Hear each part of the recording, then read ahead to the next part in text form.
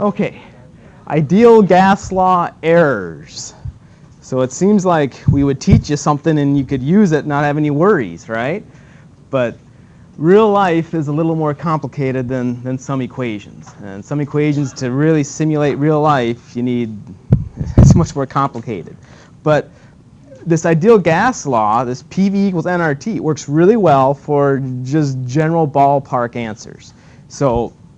But if your life depends on it, you may not want to use this ideal gas law.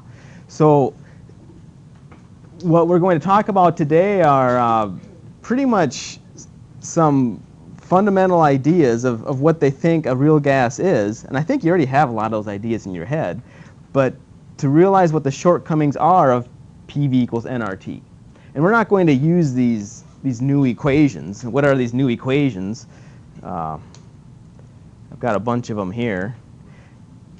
And we're not going to be using, that's more for more advanced courses. But if your life really depends on making a really good prediction for a gas, you probably don't want to use the ideal gas law. Okay. But like I said, ballpark, hey, that's good enough most of the time, so we just continue using it. So what's going to give us this, what we're going to talk about is this kinetic molecular theory of gases. And to show, well, what's really the shortcoming of an ideal gas. But I think before we even start, we should talk about what an ideal gas is or is not. When they come up with that equation, PV equals nRT, to get predictions for pressure or volume or temperature, they're really saying that an ideal gas is what? I don't even think this was in the book. It's saying that an ideal gas isn't made up of atoms, it's not made up of molecules, it's just mathematical points in space. So, Tanya, can mathematical points in space collide? No. Can mathematical points in space, Enrique, react with each other? There's no mass, there's nothing there. Do they have any volume? Do they have any mass? I mean, there's a lot of shortcomings, right, with an ideal gas. But like I said, ballpark figures. So we know that's not the case. We know that real gases aren't mathematical points in space. So that's where a lot of these little postulates and ideas are coming from. But let's take a look at a couple animations to give us an idea of what they're trying to get us to think about. Let's see. Hold on, I think I can go over here. Oh, let's just try this. Whoop, not that one. The path of one particle in a gas is very erratic. The particle will continuously change its course as a result of collisions with the walls of the container. So they're trying to have you visualize the motion of one molecule in a container. Did it look like, Alyssa, it traveled in straight lines? Did it look like it traveled in straight lines? Yeah, until it hit something. Yeah, exactly. So it seems that's what they're visualizing. Okay. The paths of gas particles are very erratic. Particles continuously change direction and velocity as a result of collisions with other particles and with the walls of the container. And it seems like a typical way of envisioning a gas, right? Okay. So there's just a couple animations as to what they're trying to get at. And here's the kinetic molecular theory of gases. So not the ideal gas law. Now they're trying to say that, nope, we're trying to get more realistic here. And what are the main ideas? Gases that are composed of molecules whose size is negligible compared to the distance between them. Does that make sense to you, Paul? That they're molecules, the size of these molecules is really small in comparison to the distance between them.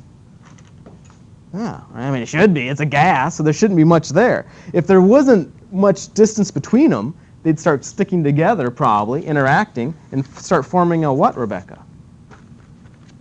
Start forming a... Rebecca. what do they start forming? If these molecules start flying around, start interacting, start sticking together, it wouldn't be a gas anymore. This substance would turn into a, what would you think? Anybody have an idea? What would it start forming? A solid, yeah, that'd be really immobile. But maybe before it forms a solid, it might form a liquid, right? Kind of might slough around a little bit. So that's kind of the thinking, is that these molecules are flying around so fast they're not sticking together, right? Their space between them is so large. Molecules move in straight lines in all directions over a range of speeds. So there's an average speed, but they're not all going at exactly the same speed, right? The forces of attraction and repulsion between gas molecules is negligible except when they collide.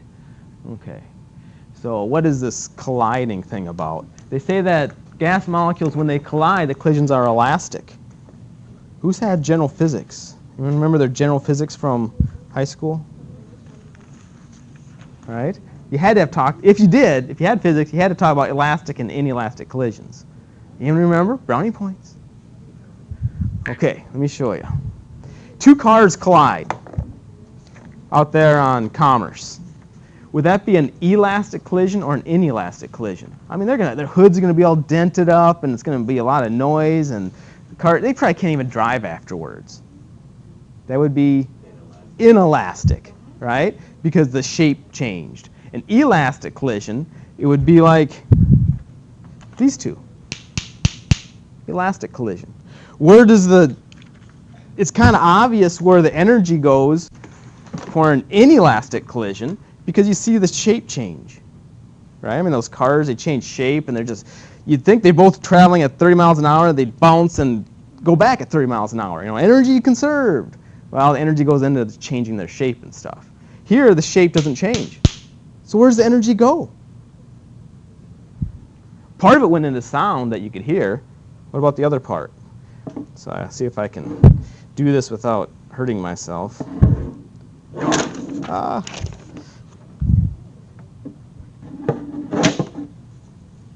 Once I do it a few times, someone might be able to start smelling something.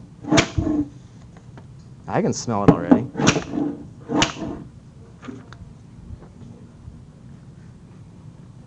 Sound and also heat. It's so hot that it burned holes in the paper. All right? Sniff, sniff. So, smell-o-vision. Okay. So, they're saying that collisions are elastic for this kinetic molecular model of gases. Okay. We got that one. So when they do collide, they're elastic. Points can't collide, so ideal gas law can't do that. Average kinetic energy. Whoa, here's a new word, kinetic energy, another physics term. What was that? Energy of motion. Oh, you remember some physics here. Energy of motion. So energy of position wasn't kinetic, it was called potential. Right? So things has to be moving to have kinetic energy. So these gas molecules are definitely moving, otherwise they wouldn't be a gas, right? And it's directly proportional to the temperature. So the higher the temperature, the faster things move. Seems to make sense. Okay, with all those ideas in mind, we have nitrogen in the air. Make it negative 313 degrees Fahrenheit. Nitrogen molecules will start slowing down, right? Slow down so much that they start forming a liquid, right? Woohoo! See the advantage of sitting in front? Negative 313 degrees Fahrenheit, liquid nitrogen. Now, Tanya, you probably got a little liquid nitrogen on her. I'm not worried about it, and I can't get sued. Why? Because my and her body, we're about, what, 212? No, whatever. No, 98 degrees Fahrenheit, right? So that's almost 400 degrees hotter than this stuff is. It just boils off immediately. If I wanted to get hurt, you know, you'd have to stick your hand in there and actually leave it in there for a while. And then, yeah, that would not be good.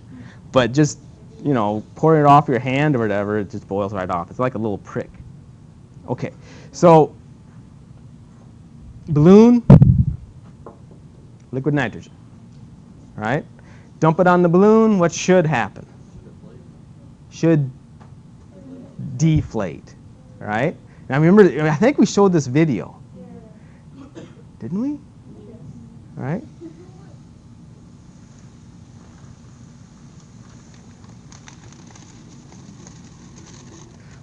Then it should what?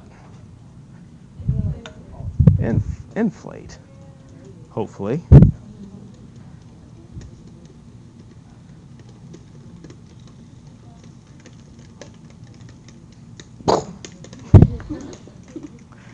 But why, again, I'm not worried about someone getting hurt because is there a lot of pressure here? No. I mean, there's getting to be more, but not that much. Why does it start inflating again?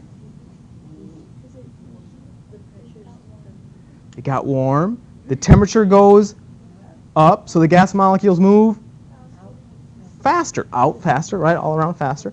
Why does this, geez, if I can get it out of here. Yeah, I can't. Why does that balloon have its shape in the first place? Pressure due to what? The gas that's inside, right? Hitting all this, stretching it out. Okay. Here's some water at room temp, right? About, what, 60 degrees Fahrenheit or so? 70 maybe? Negative 313 degrees Fahrenheit liquid nitrogen. What would happen if I dumped it on here? Would all that water freeze like anything? What would you guess? Giselle, what would you guess? I'll dump this whole thing on there. Does it turn into a rock or what? Evaporate? Any other guesses? Kendall, what would you think? Let's think something. Something's got to happen. Stephen, what's going to happen? Could this evaporate, or is it going to go the other way and turn into a solid? Because evaporate means it's going to go faster, right? Turn into a gas. Well, I'm going to make this water what? Colder or hotter? Colder. So it shouldn't go into a gas. It should go into a solid, right?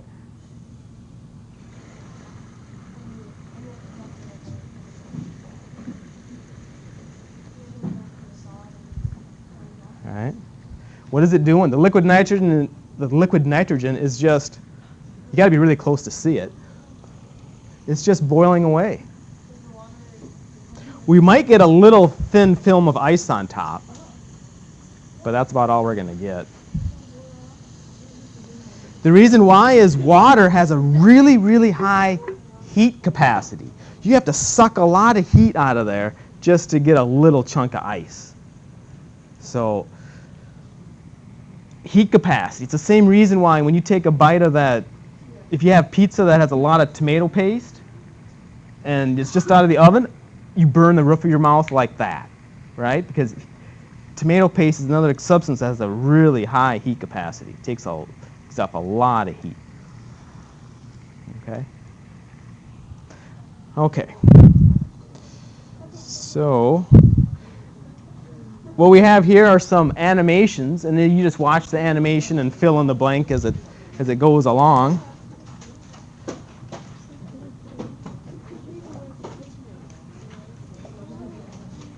Let's see if I can find it.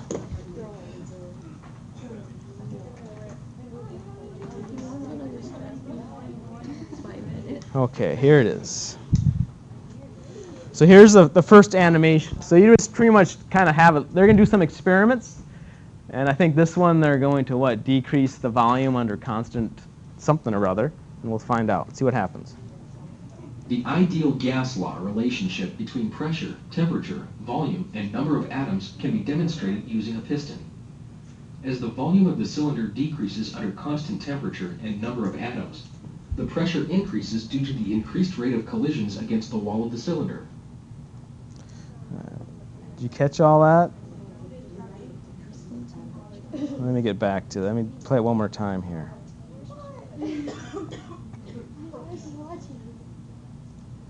Where is it? Here it is. The ideal gas law relationship between pressure, temperature, volume, and number of atoms can be demonstrated using a piston.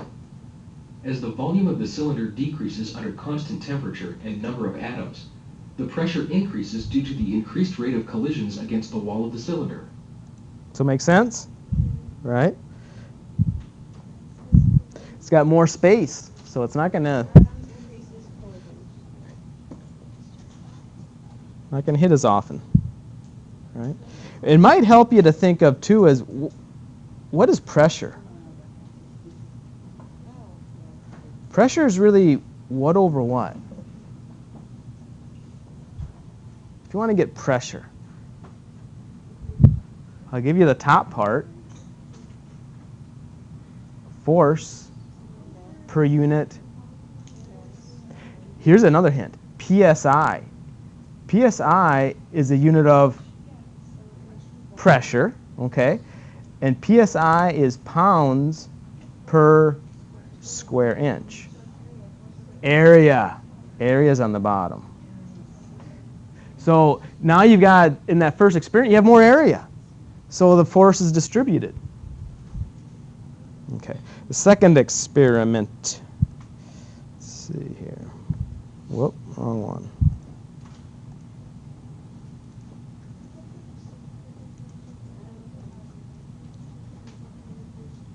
We now lock the piston to create a constant volume and number of atoms. Increasing the temperature results in increased kinetic energy for the atoms. The result is an increase in both temperature and pressure. Removing the heat source allows the kinetic energy of the atoms to dissipate to the surroundings, and the system returns to original conditions. Oh, we better play that one again.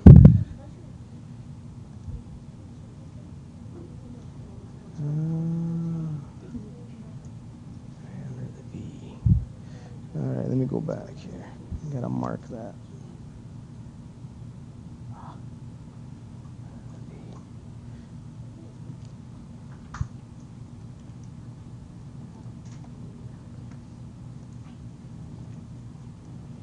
Number of atoms.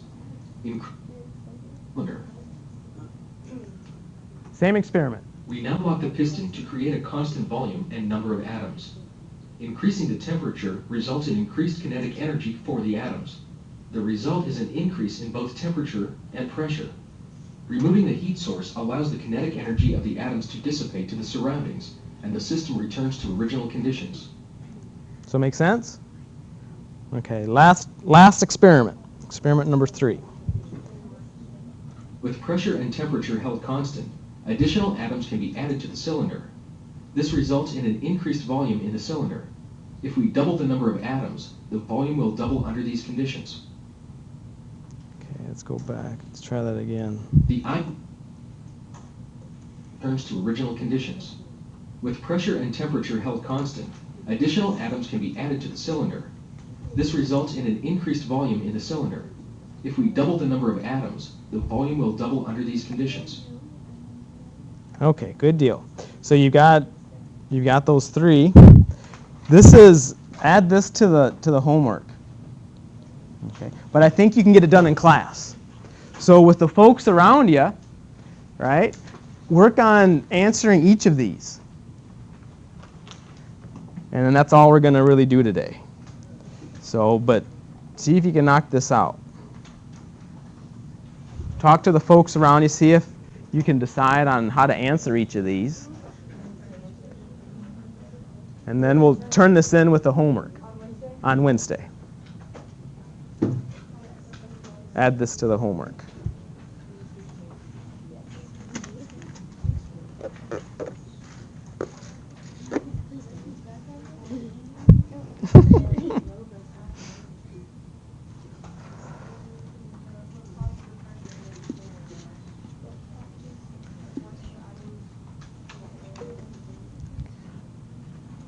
Got some ice.